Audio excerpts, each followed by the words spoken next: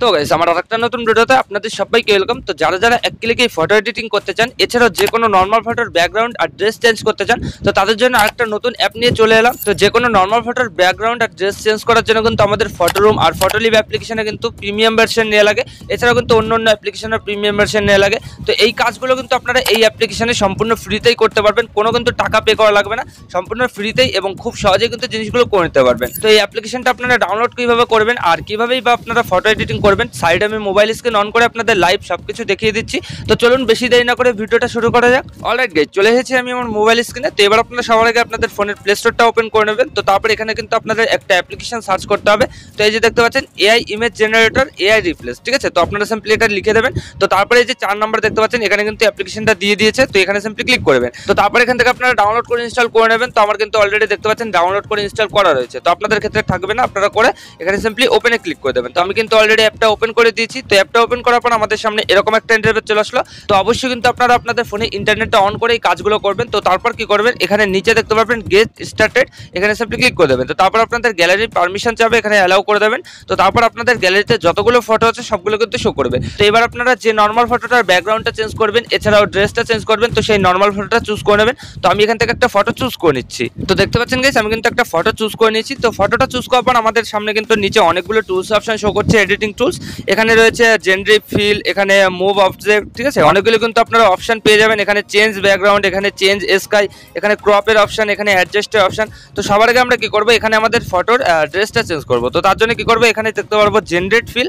তো সিম্পলি এখানে ক্লিক করে দেবো, আপনারা এখানে ক্লিক করে দেবেন। তো তারপর কিন্তু এখানে আপনারা দেখতে পারবেন একটা ব্রাশের আইকন চলে আসবে। তো আপনারা সিম্পলি কি করবেন, এখানে ফটোর উপরে এইভাবে কিন্তু মার্ক করে দেবেন। পুরো নিখুঁতভাবে করতে হবে এমন কোনো মানে নেই, এখানে কিন্তু আপনারা শুধুমাত্র ব্রাশ করে দেবেন এইভাবে। তো তাহলে কিন্তু দেখতে পারবেন এখানে আপনাদের ড্রেসটা কিন্তু চেঞ্জ হয়ে যাবে। তো এখানে আমি জিনিসটা করে নিচ্ছি, যে দেখতে পাচ্ছেন না, আমি কিন্তু কোনো মতো করে নিচ্ছি, আপনারা এইভাবে জিনিসটাকে সেট করে নেবেন। তো তারপর জিনিসটাকে দেখতে পারবেন এরকম হয়ে যাবে। তো এবার আপনারা এখানে এই যে এআই রিপ্লেস দেখতে পাচ্ছেন, এখানে ক্লিক করে দেবেন। তো তারপরে এখানে আপনাদের যেরকম ড্রেস চাই তো সেটা লিখে দিলে কিন্তু জিনিসটা দিয়ে দেবে। তো এখানে আমি একটা প্রম্পট লিখে দিচ্ছি। তো দেখতে পাচ্ছেন গাইস, আমি কিন্তু একটা জিনিস লিখে দিয়েছি এখানে। তো আপনারা আপনাদের ইচ্ছা মতন জিনিসটা লিখে দেবেন। তো তারপর এখানে সিম্পলি অ্যাপ্লাই দেখতে পারবেন, অ্যাপ্লাইতে ক্লিক করে দেবেন। তো তারপর কিন্তু 20 সেকেন্ড আপনাদের ওয়েট করতে হবে। তারপর দেখতে পারবেন আপনাদের লেখা অনুযায়ী কিন্তু এই ফটোতে খুবই সুন্দর একটা ড্রেস কিন্তু বসিয়ে দিয়েছে। তো একটু ওয়েট করে নিচ্ছি এখানে আমরা। 2000 years later. তো এখানে দেখতে পাচ্ছেন গাইস, আমার লেখা অনুযায়ী কিন্তু এখানে ড্রেস তৈরি করে দিয়েছে। খুবই সুন্দর কিন্তু লাগছে দেখতে পাচ্ছেন, আপনাদেরও ফটোতে কিন্তু এরকম লাগবে।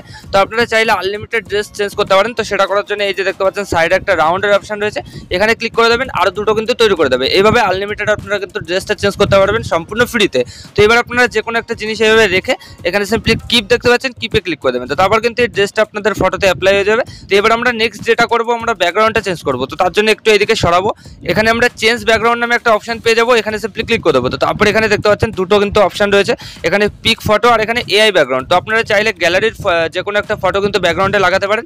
এই যে তার জন্য এখানে পিক ফটোতে ক্লিক করতে হবে। আর যদি চান যে আপনারা আপনাদের ইচ্ছা মতো লেখা অনুযায়ী ফটো আনবেন, তো তাহলে এখানে এআই ব্যাকগ্রাউন্ডে ক্লিক করে দেবেন। তো তারপর কিন্তু এরকম জিনিসটা হয়ে যাবে। তো এখানে আপনারা যে কোনো একটা জিনিস লিখে দেবেন, যেরকম ব্যাকগ্রাউন্ড চান তো সেটা কিন্তু লিখে দিলেই হবে। তো এখানে দেখতে পাচ্ছেন আমি কিন্তু একটা ব্যাকগ্রাউন্ড এখানে পেস্ট করে দিয়েছি।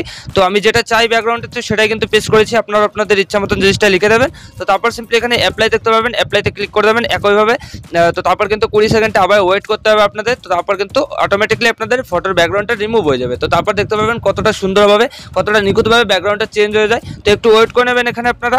তো দেখতে পাচ্ছেন গাইস, এখানে কিন্তু আমাদের ফটোর ব্যাকগ্রাউন্ডটা চেঞ্জ হয়ে গেছে, কতটা সুন্দর লাগছে দেখতে পাচ্ছেন ব্যাকগ্রাউন্ডটা।